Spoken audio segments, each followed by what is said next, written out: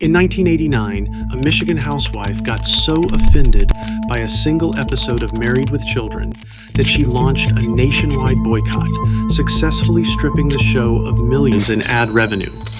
Today, TV censors treat jokes like radioactive waste, but back in the day, network executives let writers run entirely wild.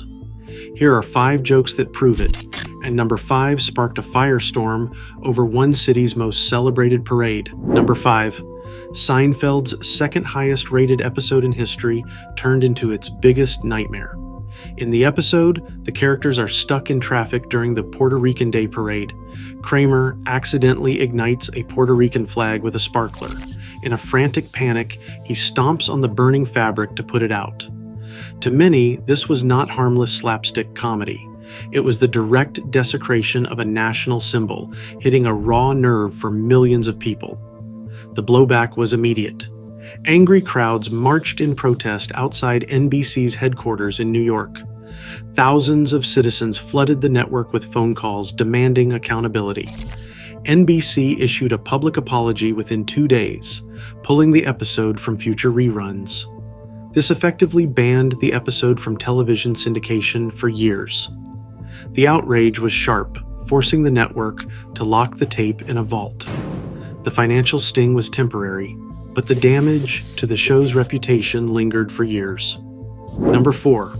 On The Golden Girls, a simple beauty routine transformed into a massive racial flashpoint.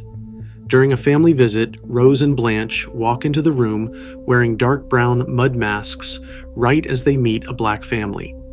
While the script framed this as a harmless spa joke, the visual triggered immediate comparisons to blackface. The dark makeup tapped into a historically painful caricature, carrying overtones that many viewers found deeply offensive.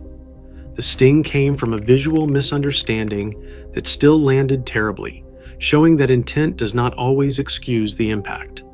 The scene drew steady criticism, but the heaviest fallout occurred decades later. In 2020, streaming platform Hulu pulled the episode from its library, sparking fierce public debate over censorship and historical context.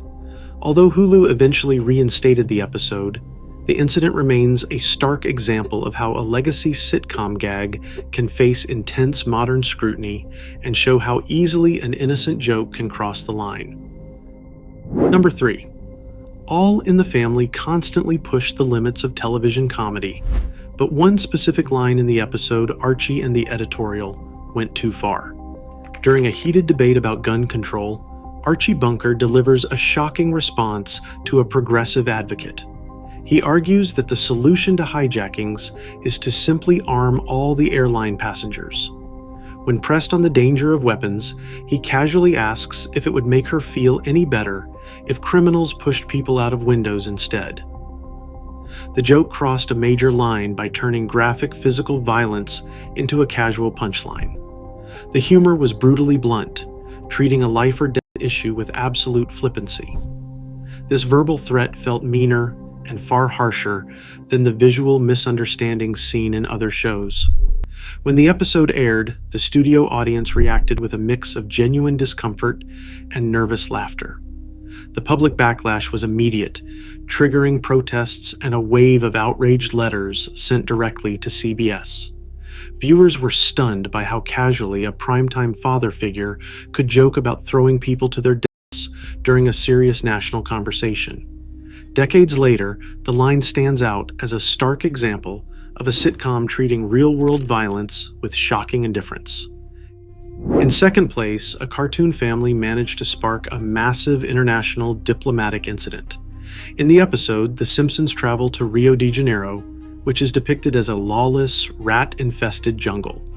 The show filled the city with aggressive monkeys roaming the streets, corrupt police officers, and a children's television show featuring highly suggestive bisexual monkeys. This was not just a simple caricature.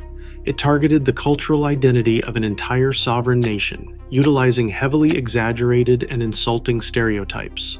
The gag turned the streets of Rio into a hyper-violent war zone where tourists were easily kidnapped by unlicensed taxi drivers, The real-world fallout bypassed ordinary television complaints and reached the highest levels of the Brazilian government. The National Tourism Board, Embratur, threatened a multi-million-dollar lawsuit, arguing that the cartoon actively sabotaged their tourism industry and damaged their international reputation. The anger was so intense that the creators had to issue a formal public apology, and Brazilian networks temporarily banned the episode from ever airing. Its impact crossed global borders, proving that a 30-minute animation could trigger a foreign relations crisis. Before we reveal our absolute number one spot, which of these classic sitcom jokes do you think crossed the line the most? Let me know in the comments. And finally, in first place, Al Bundy's relentless shoe store routine on Married with Children became the ultimate symbol of unapologetic, boundary-pushing comedy. While other sitcoms on our list featured isolated, one-off gags, Al Bundy's fat-shaming jokes were a sustained, weekly assault. His regular customers were met with ruthless, cartoonish insults. In one early episode, Al recalls a plus-sized customer claiming to be a size 5. He says he stuck her hoof into the shoe, his thumb got stuck, and she panicked, reared up, and galloped. This brutal brand of humor was already pushing the limits of late 80s television, but the real-world breaking point arrived in January 1989. A Michigan housewife from Bloomfield Hills named Terry Racolta sat down with her children to watch the episode Her Cups Runneth Over. The episode featured raunchy jokes, heavy sexual innuendo, and implied nudity in a lingerie store. Disgusted by what she considered softcore pornography on primetime television, Racolta decided to act. She launched a massive one-woman letter-writing campaign targeting the show's sponsors. She wrote to 42 major corporations, urging them to stop funding the program. Her efforts quickly turned into a nationwide movement. In a shocking blow to the Young Fox network, major sponsors panicked.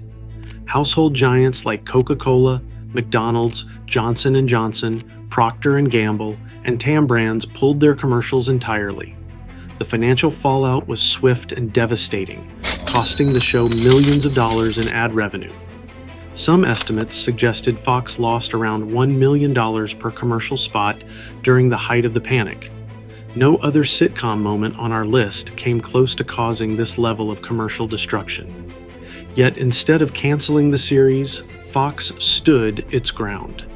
Executives leaned into the controversy, realizing the massive media coverage was generating free publicity. Ratings soared as curious viewers tuned in to see what the outrage was about.